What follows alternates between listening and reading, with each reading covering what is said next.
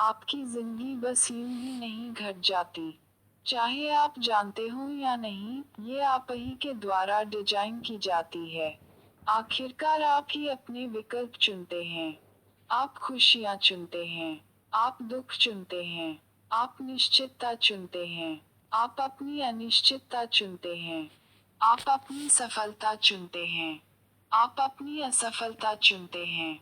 आप साहस चुनते हैं। आप डर चुनते हैं। इतना याद रखिए कि हर एक क्षण, हर एक परिस्थिति आपको एक नया विकल्प देती है। और ऐसे में आपके पास हमेशा ये अपॉर्चुनिटी होती है कि आप चीजों को अलग तरीके से करें और अपने लिए और पॉजिटिव रिजल्ट प्रोड्यूस करें। Habit 1, be proactive. प्रोएक्टिव बनिए। प्रोएक्टिव होने का मतलब है कि अपनी लाइफ के लिए खुद जिम्मेदार बनना।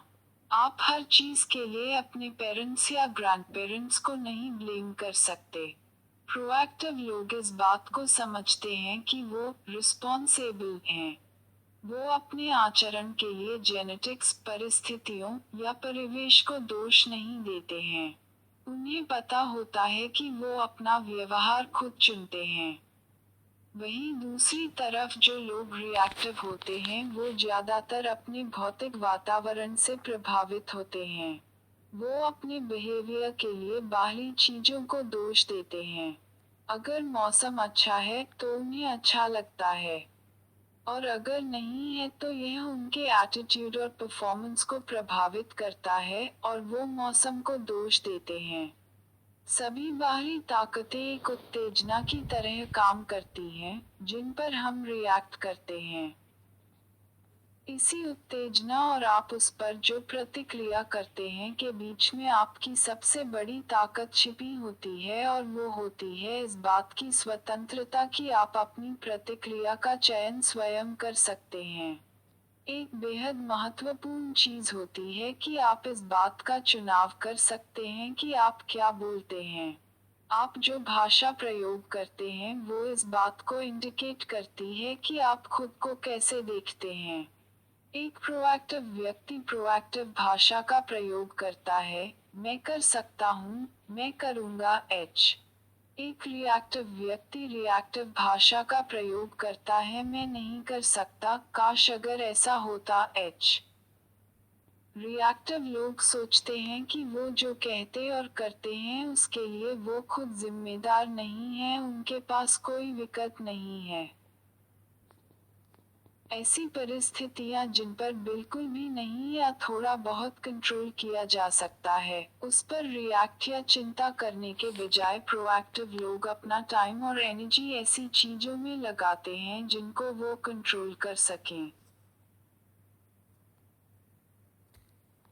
Habit 2, begin with the and in mind. अंत को ध्यान में रखकर शुरुआत करें। तो आप बड़े होकर क्या बनना चाहते हैं? शायद यह सवाल थोड़ा अटपटा लगे, लेकिन आप इसके बारे में एक क्षण के लिए सोचिए। क्या आप अभी वो हैं जो आप बनना चाहते थे, जिसका सपना आपने देखा था? क्या आप वो कर रहे हैं जो आप हमेशा से करना चाहते थे? ईमानदारी से सोचिए। कई बार ऐसा होता है कि लोग खुद को ऐसी जीत हासिल करते हुए देखते हैं जो दरअसल खोखली होती है, ऐसी सफलता जिसके बदले में उससे कहीं बड़ी चीजों को गंवाना पड़ा। यदि आपकी सीढ़ी सही दीवार पर नहीं लगी है तो आप जो भी कदम उठाते हैं वो आपको गलत जगह पर लेकर जाता है। हैबिट 2, आपके इमेजिनेशन या कल्पना पर आधारित है। इमेजिनेशन यानी आपकी वो क्षमता जो आपको अपने दिमाग में उन चीजों को दिखा सके जो आप अभी अपनी आंखों से नहीं देख सकते। यह इस सिद्धांत पर आधारित है कि हर एक चीज का निर्माण दो बार होता है। पहला मेंटल क्रिएशन और दूसरा फिजिकल क्रिएशन। जिस तरह ब्लूप्रिंट तैयार होने के बाद मकान बनता है, उसी प्रकार मेंटल क्रिएशन होने के बाद ही फिजिकल क्रिएशन होती है।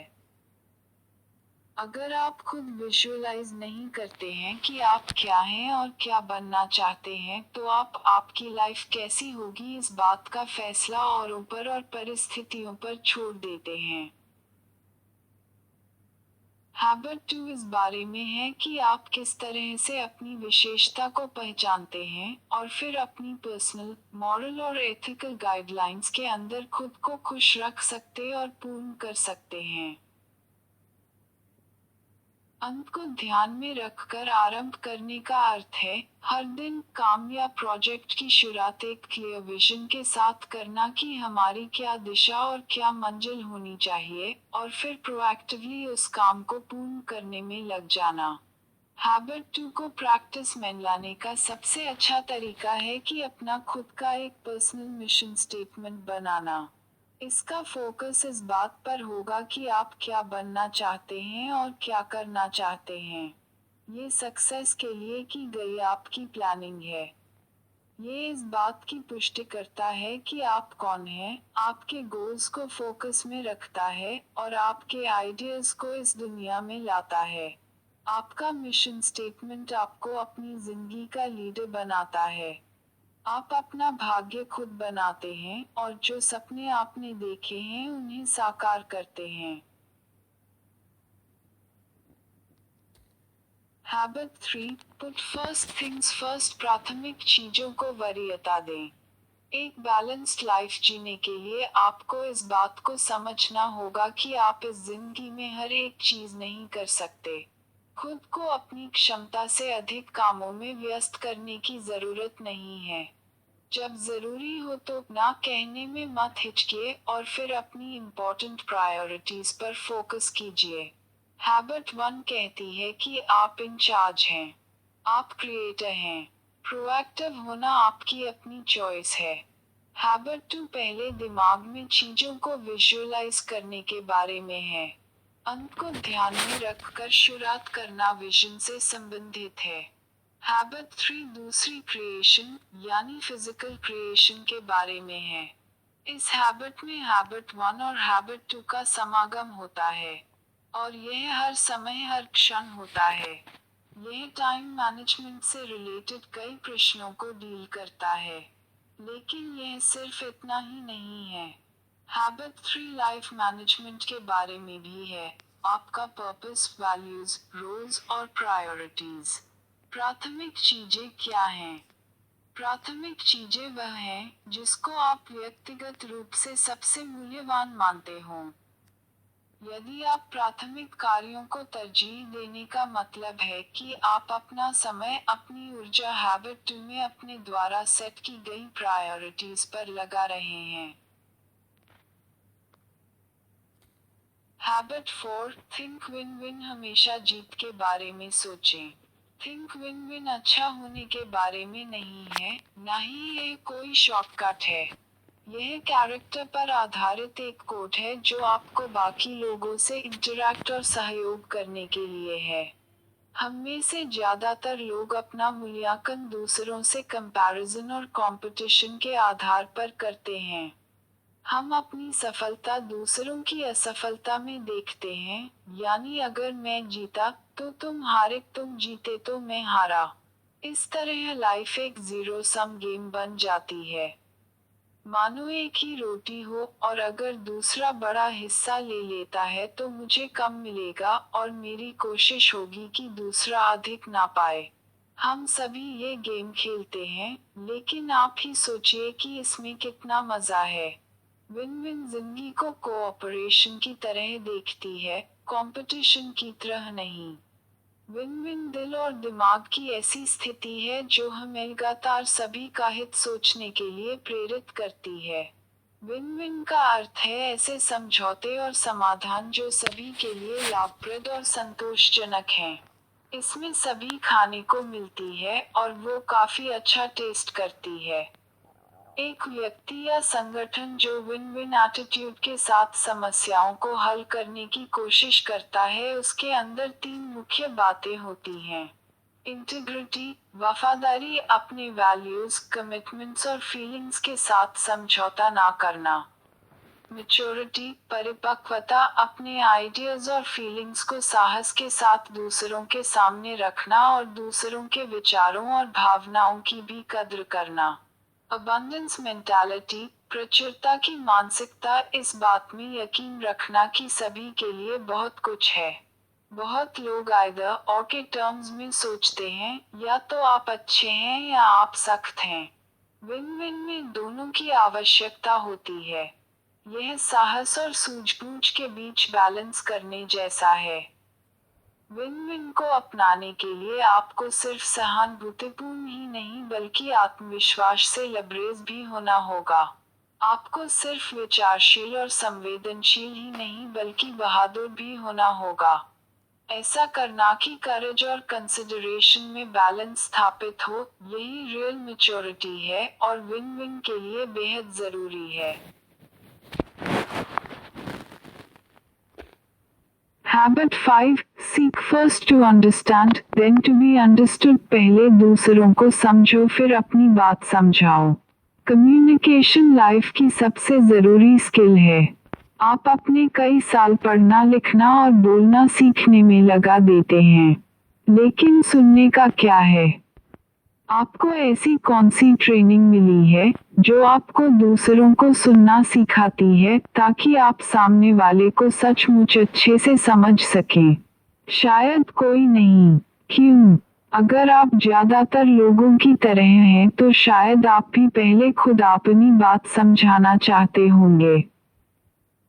और ऐसा करने में आप दूसरे व्यक्ति को पूरी तरह इग्नोर कर देते होंगे, ऐसा दिखाते होंगे कि आप सुन रहे हैं, पर दरअसल आप बस शब्दों को सुनते हैं पर उनके असली मतलब को पूरी तरह से मिस कर जाते हैं। सोचिए ऐसा क्यों होता है? क्योंकि ज्यादातर लोग इस इंटेंशन के साथ सुनते हैं कि उन्हें रिप्लाई करना है, समझना नहीं है। आप अंदर ही अंदर खुद को सुनते हैं और तैयारी करते हैं कि आपको आगे क्या कहना है, क्या सवाल पूछने हैं। आप जो कुछ भी सुनते हैं वो आपके लाइफ एक्सपीरियंसेस से छनकर आप तक पहुंचता है।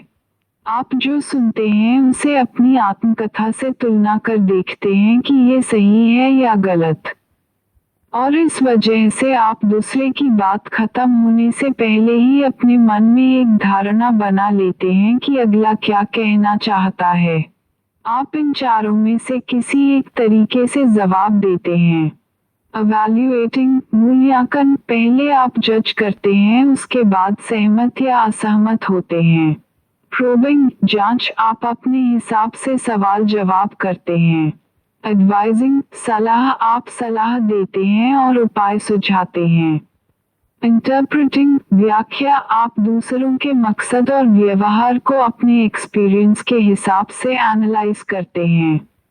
शायद आप सोच रहे हो कि अपने एक्सपीरियंस के हिसाब से किसी से रिलेट करने में बुराई क्या है।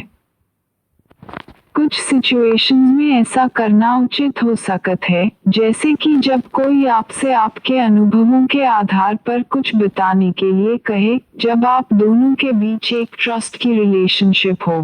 पर हमेशा ऐसा करना उचित नहीं है। हैबिट 6, सिनर्जाइज, तालमेल बैठाना। सरल शब्दों में समझें तो दो दिमाग एक से बेहतर हैं। सिनर्जाइज करने का अर्थ है रचनात्मक सहयोग देना। यह टीम वर्क है। यह खुले दिमाग से पुरानी समस्याओं के नए निदान ढूंढना है। पर ये यूं ही बस अपने आप ही नहीं हो जाता। यह एक प्रोसेस है और उसी प्रोसेस से लोग अपने एक्सपीरियंस और एक्सपर्टीज को उपयोग में ला पाते हैं। अकेले की अपेक्षा वो एक साथ कहीं अच्छा रिजल्ट दे पाते हैं।